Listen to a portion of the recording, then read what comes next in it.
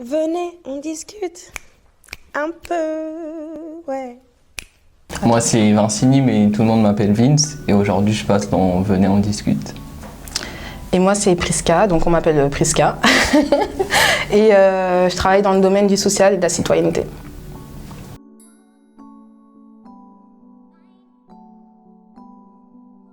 Je te laisse commencer. Non, vas-y, commence. Pour moi en fait la question elle est un peu à double tranchant. C'est-à-dire que moi je suis d'accord et pas d'accord. C'est-à-dire que aujourd'hui la censure c'est nécessaire pour certains sujets, certaines notions. Par contre, je trouve que ça met un frein un peu aux libertés. C'est-à-dire qu'en fait, qui définit ce qui est censurable ou pas? D'accord, je suis d'accord avec toi. Et je reviens sur le point où tu parles des libertés. Après, tout le monde n'a pas les mêmes libertés. Ça n'a pas la même définition selon la personne. Chacun, parce que la liberté, c'est en quelque sorte faire ce qu'on veut sans que personne ne nous en empêche. Et chacun a sa propre notion de liberté, chacun a ses loisirs, chacun a ses préférences. Et je pense que déjà, tout le monde n'a pas la même liberté et que si on se met tous à vouloir profiter de notre liberté, on va se marcher dans les pattes les uns les autres. Parce que je vais empiéter sur le territoire de quelqu'un d'autre et la personne va faire pareil. Et donc c'est pour ça que la censure elle est nécessaire, parce qu'il faut, comme dans toute chose, il faut délimiter le périmètre, il faut mettre des règles afin que, certes, il y a certaines choses qu'on ne pourra pas faire parce que on sera empêché par les règles, mais au moins ça contribuera par exemple la convivialité entre tout le monde et pour que chacun bénéficie du maximum de droits possibles sans pourtant embêter les autres. Mais dans ce cas-là, qui va mettre limite sur la censure? Qui va décider ce qui est censurable ou pas? C'est-à-dire que pour moi, par exemple, il y a un sujet qui peut être censurable, donc on va prendre, je sais pas moi, tout ce qui est relatif à la religion. Il y a des choses qu'on peut pas dire, il y a des choses qu'on peut pas faire. Mais pour autant, il y a des choses qu'on peut faire pour d'autres religions. Donc à ce moment-là, qui met la limite? Qui décide? Et dans ce cas-là, comment ça se passe? Parce que là, tu dis qu'il faut instaurer des règles. Ouais. Les règles, elles sont instaurées. Bonne question. C'est vrai que la plupart du temps, ceux qui font les règles ne les respectent pas eux-mêmes. Et c'est un grand problème. Par exemple, on va prendre l'exemple de la censure la plus fréquente, la loi. On est tous d'accord pour dire que la loi, elle est là pour nous protéger. Elle est là pour que nous, nos familles, on soit en sécurité, parce qu'elle empêche les gens de vouloir, par exemple, d'agresser d'autres personnes ou de faire des trucs mauvais. Mais on est d'accord pour dire que ceux qui font appliquer ces lois-là, la plupart du temps, ne les respectent pas.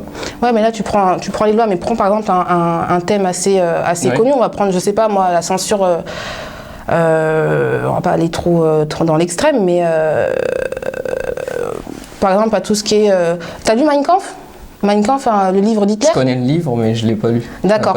Toi, pour toi, est-ce qu'il devrait être censuré ou pas? Est-ce qu'on devrait le lire, on devrait pouvoir le lire librement, ou il devrait être censuré?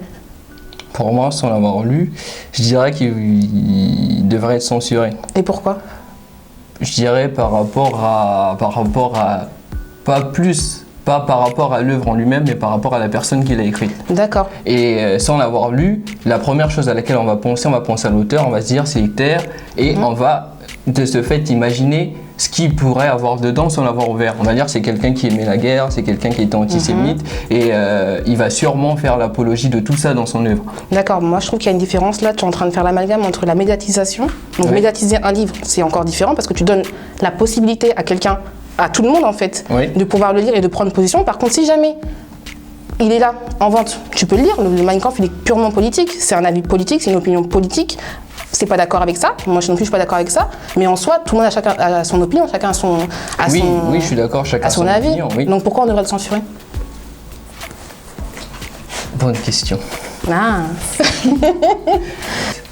Certes, tout le monde peut donner son opinion, mais on sait tous que, par exemple, c'est comme sur un sujet, vous faites un débat, vous devez prendre une décision, vous êtes 6, c'est difficile de contenter tout le monde. C'est difficile que tout le monde soit d'accord sur le même point. Mais à ce moment-là, la censure, c'est pas juste. Alors pourquoi tu devrais censurer un sujet et pas un autre? Pourquoi tu devrais censurer, je sais pas moi, Dieudonné et pas Zemmour? C'est vrai, ça c'est vrai. Donc c'est une question, hein, c'est Oui, pas... mais Là, après, c'est comme dans toute chose, il y a du bien, il y a du bon, il y a du mauvais dans le truc. C'est vrai qu'il y a certains trucs qui méritent d'être censurés et d'autres pas. Après, le tout, ça va être on va dire, de bien porter la réflexion sur le sujet, le sujet qu'on veut censurer, aller un peu plus loin dans la réflexion que ce que la plupart des gens font, qui s'arrêtent que au superficiel et aller de plus en plus en profondeur pour pouvoir, on va dire, prendre la meilleure décision. Et pour toi, est-ce que le fait de censurer quelqu'un, en fait, c'est pour toi un moyen de limiter une propagation de l'idée? Parce que finalement, tu peux censurer, voilà, déjà je prends l'exemple de Dieudonné, mais c'est pas pour autant que l'idée va pas véhiculer. Zemmour, par exemple, là, on ne censure pas, ce qui est normal, mais en soi, il est surmédiatisé. Ça veut dire qu'on le voit sur tous les plateaux, que forcément son idée est véhiculée, et là, on est dans l'incitation à la haine. Donc là, normalement, ça devrait être censuré. Donc la question, c'est pourquoi? Est-ce que vraiment on devrait enlever les censures et laisser tout le monde parler et être assez bienveillant et en tout cas faire preuve de jugeote et de logique pour ne pas blesser l'autre? Ou est-ce qu'on devrait censurer au risque de censurer des choses et pas d'autres? Je dirais... Ouais, là, tu as soulevé un bon point. C'est clair que même si on censure, ça va pas empêcher l'idée de se propager. Au contraire, souvent, les gens sont attirés par l'interdit. Plus il y aura des freins, des barrières sur un sujet, plus les gens vont en parler, même si ils savent bien que c'est pas légal. Après, je pense que c'est un sujet assez compliqué. Et certes, il y a des trucs qui devraient être censurés qui ne sont pas censurés et d'autres qui normalement doivent être censurés mais qui sont censurés. Après, je pense que ça vient de ceux qui prennent les décisions. Pour moi, ils ne regardent pas l'intérêt qu'il y a pour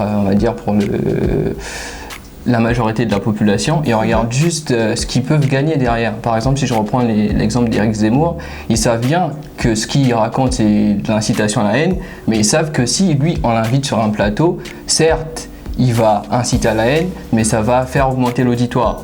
Pas parce que les gens vont pas aimer, mais parce que les gens vont tellement être indignés par ce qu'il raconte que ça va encore faire plus parler du sujet. En parallèle, qu'est-ce qu'on a comme phénomène? On a le phénomène de parce que Zemmour est très intelligent, il est cultivé, il est intelligent. Le mec, quand il parle, il a plein d'arguments. Ça veut dire que quand quelqu'un écoute ça, on se dit, c'est vrai, il a raison. Alors que si tu invites un mec comme Alain Soral, je sais pas si tu le connais, Alain Soral, c'est quelqu'un qui gueule beaucoup, qui a à peu près les mêmes idées que Zemmour, à peu de choses près. Forcément, lui, tu ne l'invites pas sur un plateau parce qu'il gueule beaucoup, donc il n'est pas forcément éloquent et il ne convainc pas. Zemmour, c'est ça le problème, c'est que tu l'invites. Je me rejoins dans le sens où je dis c'est plus. En fait, on met la personne qui va le plus susciter de réaction. Du coup, c'est compliqué. Comment on fait dans ces cas-là? Parce que là, tu dis du coup que tu n'es pas forcément d'accord pour interdiction de censure. Mais en soi, Zemmour, moi je suis pas d'accord avec ce qu'il dit, mais il a le droit de s'exprimer.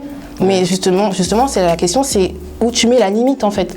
Où tu la mets, à quel moment tu te dis, là ce qu'il dit c'est l'incitation à la haine, à quel moment tu te dis, là il faut censurer quoi. Parce que finalement là, aujourd'hui, tu peux voir des mecs comme Zemmour, mais tu ne verras pas des mecs, je sais pas, j'ai pas d'exemple, mais en soi, il y a plein de choses qui sont pas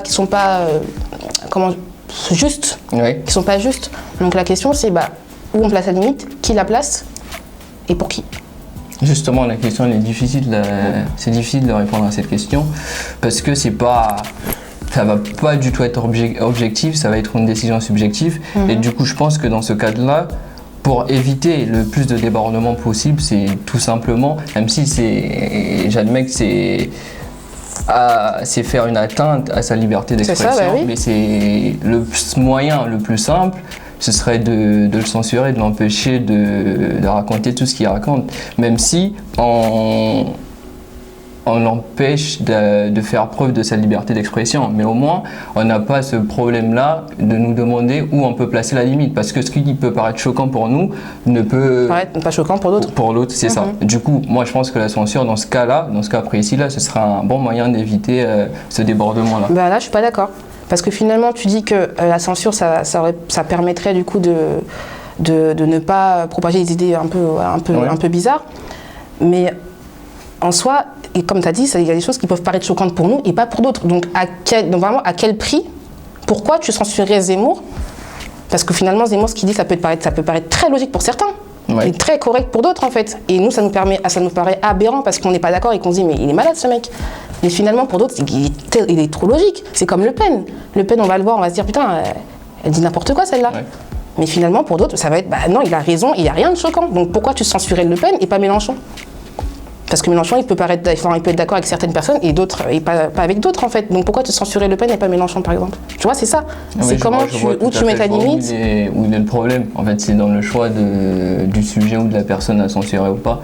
C'est vrai que c'est pas évident, mais bon, rien n'est parfait. On essaie de faire au mieux, quoi. Oui, c'est clair.